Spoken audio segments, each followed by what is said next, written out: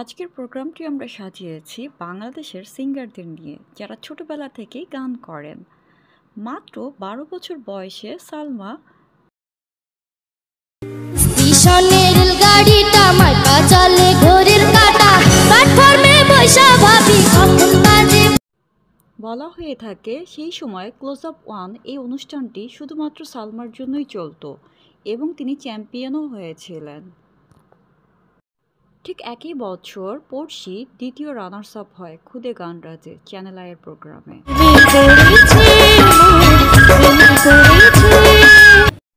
দ্বিতীয় runners up হিসেবে পড়শির সঙ্গীত যাত্রা শুরু হয় এই প্রোগ্রামের মধ্য দিয়েই।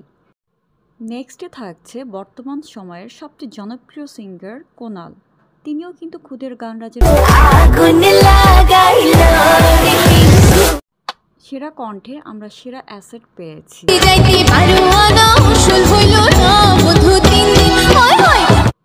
চলুন এবার চলে যাই বাংলাদেশের অরিজিৎ সিং খ্যাত ইমরানের কথা। ইমরান বাংলাদেশের সিঙ্গারদের মধ্যে ইমরান এখন সবচেয়ে জনপ্রিয় সিঙ্গার। তোমায় দিতেই হবে মা গো, জবাব তোমায় দিতেই হবে। চ্যানেল আইয়ের এই প্রোগ্রামটি যখন শুরু হয়েছিল তখন ইমরান 2008 সালে এসএসসি পরীক্ষার্থী ছিলেন এবং এই প্রোগ্রামের জন্য তিনি তখন ইমরানের কণ্ঠে